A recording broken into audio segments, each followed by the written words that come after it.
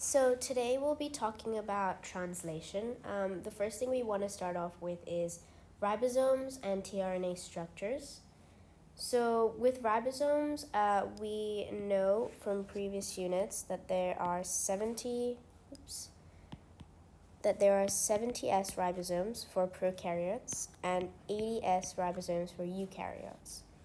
Ribosomes are made up of proteins, and they're also made up of ribosomal RNA.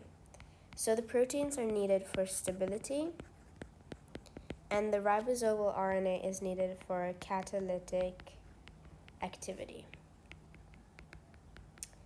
So when we draw the ribosome, which we will need to do, it has one larger subunit that looks sort of like this, and one smaller subunit which looks like this. This is the large subunit, and this right here is the small subunit.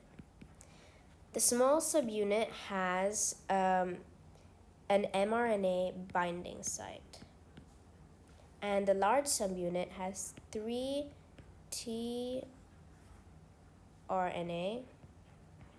binding sites, and we know these as P, E, and A.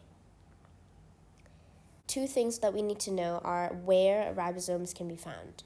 We'll look at this more in detail in protein destinations, but ribosomes can either be free-floating or they can be bound to the rough endoplasmic reticulum. Then we have transfer RNA, so our tRNA. So the tRNA has a 4-leaf or clover leaf structure, and we need to know how to draw it. So when we draw it, you want to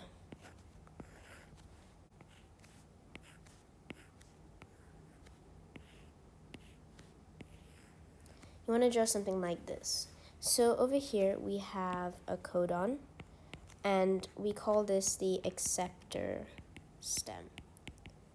And this is an acceptor stem because it carries the amino acid.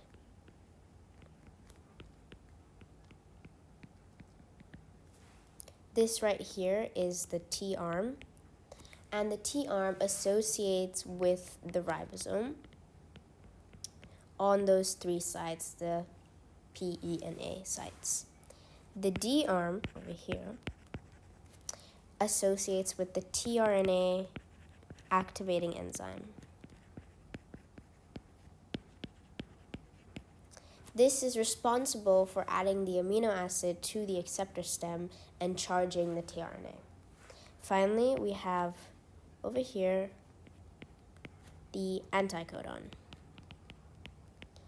This, via complementary base pairing, associates with the mRNA codon and attaches it to the mRNA strand. So what we will be looking at next is TRNA activation. And TRNA activation is important in adding the amino acid to the tRNA molecule. Each tRNA molecule binds with a specific amino acid in a reaction that is catalyzed by a tRNA activating enzyme, as we mentioned before. So I'll come back to this image above later. We also know from previous units that about enzyme specificity. So each amino acid has a specific enzyme.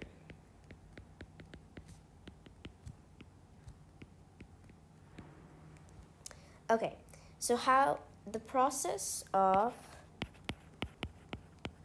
the amino acid binding to the tRNA acceptor stem occurs in 2 ways. So the first step includes the enzyme binds ATP to the amino acid. And this forms an amino acid AMP complex. What we do need to know for this is that this complex is linked by a high energy bond. Okay, our second step is where the amino acid is coupled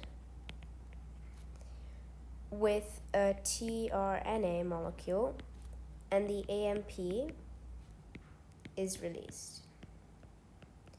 When this occurs, the tRNA gets charged and it is now ready for use.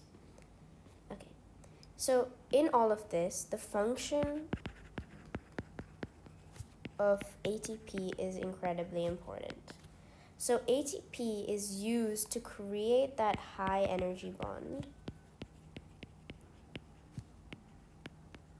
and that is then transferred to the tRNA molecule.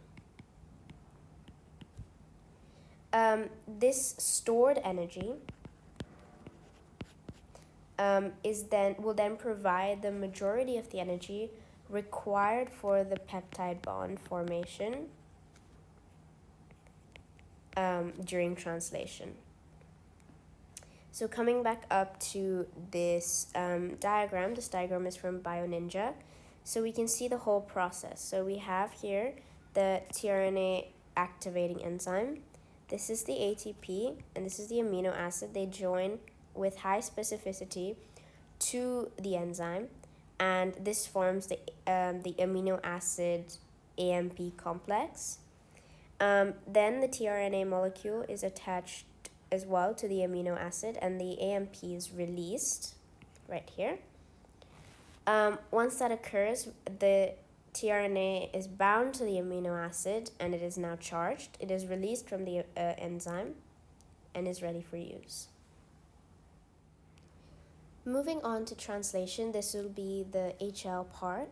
Our first stage of translation is initiation, and it involves the assembly of the three parts: the mRNA, the ribosome itself, and the tRNA. So, firstly, we have the small ribosomal unit. It attaches to the 5' end of the mRNA. The small ribosomal unit then runs along the mRNA until it finds the start codon. So AUG will always be the start codon, and it codes for the amino acid methionine.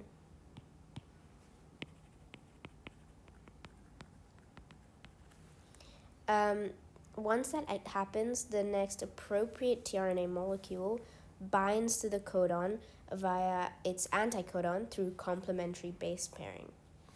Finally, the large ribosomal unit over here will align itself on the P site and form a complex with the small subunit.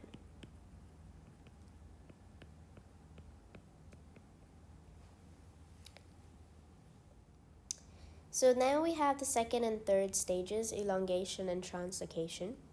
Under the second stage, elongation, a second tRNA molecule, right here, will pair with the next codon in the ribosomal A site through its anticodon and codon complementary base pairing.